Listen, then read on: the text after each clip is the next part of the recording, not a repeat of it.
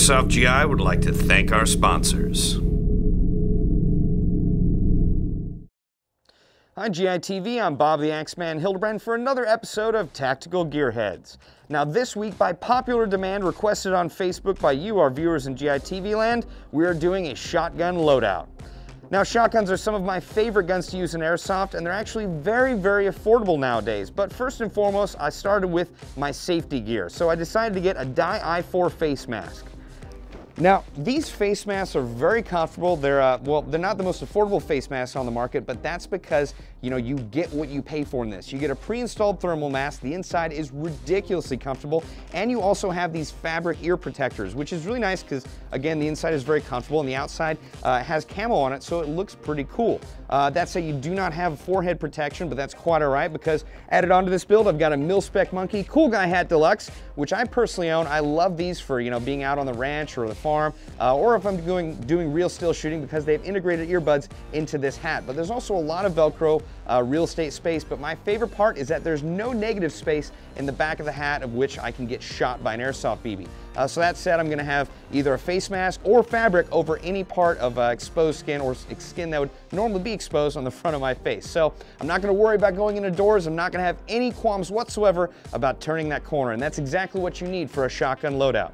So got the Di-I-4. I believe this one comes in multicam, but yes, got the Milspec Monkey Cool Guy Hat Deluxe, and obviously I've got my American flag, and I've got a name strip on the back that says Bob because it's my name. Now I've also got another American flag on my Condor Modular Operator plate carrier. This is a really cool plate carrier. One, it's very affordable. Two, there's a lot of Molle real estate space. And three, well, it's just very comfortable and very adjustable, which is why I like it too. But since this loadout is based around a shotgun, I chose the Bravo 3-burst shotgun with retractable stock. Now, these shotgun scabbards take a little work to get used to. They kind of need to be broken in, sort of like boots. As you can see, it was a little difficult to pull it out of my holster, but with the Condor shotgun scabbard I've been using for over 2 years now, it is easy as pie to get my shotgun out. So, don't be upset if, it's a little bit tough when you first get it. Just make sure you keep using it, and, it's going to get a lot easier and a lot more quick to, I guess, don and doff your gun, or at least get it out of the holster and get it back in. But that said, these shotguns are an incredible piece of Airsoft gear, and nowadays they are so affordable at around $50. That is pretty awesome. When I first got these guns, I feel so old, back in the day, they were $250. So nowadays they're so affordable, I decided to get two with this loadout. Now, I actually did that after I saw one of our top 5 videos where someone tactically lent a shotgun out to a gentleman whose battery went out. I thought that was really cool. And you know what? These are, like I said, these are so affordable. Why not just have an extra one on a shotgun scabbard that you have on the back? Because one, it looks cool, and two, it's really nice to help a friend or, I guess, a friendly player in trouble. So that said, I got a Bravo 3-burst pistol grip shotgun to go there. Now, shotgun ammo for these spring shotguns is actually very affordable. You can get 6 packs of shotgun shells that work with a variety of shotguns. These are the spring shotgun shell pack. Now each of them hold 30 rounds. Now these are 3-burst shotguns, a tri-burst essentially. So each shot is going to fire 3 BBs. So you're going to get 10 shots per shell, which is very, very doable. I generally go through about like 3 to 4 shells max per indoor CQB game. Now that changes for respawn games. But that said, to carry all my shells, I've actually got an NC Star Shotshell carrier. Now I've got 5 shot shells on the bungee on the outside, which is really nice. I'll be able to quickly reload. And inside, I've actually got 10 more spaces for 10 more shells, which is really easy to carry. And honestly, I can't think of a single game where I would need 15 shells. But if you are playing respawn games, 2, 3, 4 back to back, you may need all those 15 shells. So it's good to have. You're not going to need more than this. And this is very, very affordable to carry all the ammo you're going to need for a shotgun.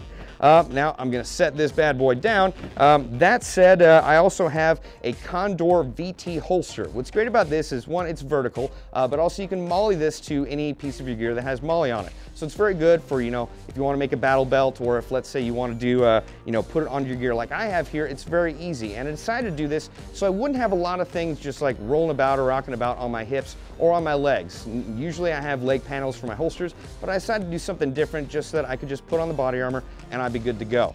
So yeah, I've got that holster. I've got 2 SOTEC BLOCS triple M4 mag pouches. Now, In here, I don't have M4 magazines. I actually have 2 Thunder Bee grenades. I'm a big fan of these. I'm actually gonna be purchasing these exact Thunder Bee grenades right after we do this Tactical Gearheads because I really like these. I'm taking out some friends and they're great pieces of gear just to have extra fun with. But I also chose these BLOCS triple M4 mag pouches because I can switch this loadout to basically my LM4 or any other M4 I have in my inventory.